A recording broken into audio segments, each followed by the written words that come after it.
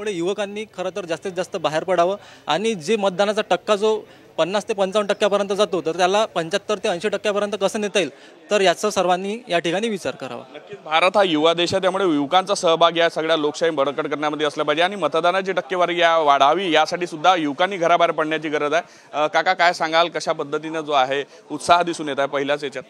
मतदान हे पवित्र दान आहे आणि हे दान प्रत्येकाने करणं आपलं आद्य कर्तव्य आहे आणि प्रामुख्याने भारताचा विकास आणि संरक्षण याच्या दृष्टीने आपला मतदानाचा हक्क जर बजावला तर लोकशाही बळकट होण्याकरता प्रत्येकाने मतदान करावं मी सगळ्यांना आवाहन करतो। नक्कीच सर्वांनाच मतदानाचं आहे सारखं मूल्य, एकच मत सगळ्यांना असं, त्यामुळे गरीब असो श्रीमंत सगळ्यांना हा अधिकार प्राप्त झाला, त्या अधिकाराचं जे आहे पालन करावं, आपलं कर्तव्य जे आहे देशाप्रती ते करावं आणि त्यासाठी मतदानासाठी जे आहे सकाळपासून जे गर्दी लागली आणखी काही जे आहे आलेले आपण पाहू शकतो मतदार आलेले, आपण त्यांच्याशी सुद्धा बोलण्याचा प्रयत्न करू।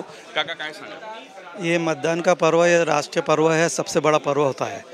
इसमें हम 5 साल के लिए सरकार चुनते हैं। हमें ऐसी सरकार चुनना चाहिए जो राष्ट्र हित, विकास और हमारे सबके लिए हित में काम करे। नक्कीच 5 वर्षातून एकदा खरं तर ही संधी मिळते।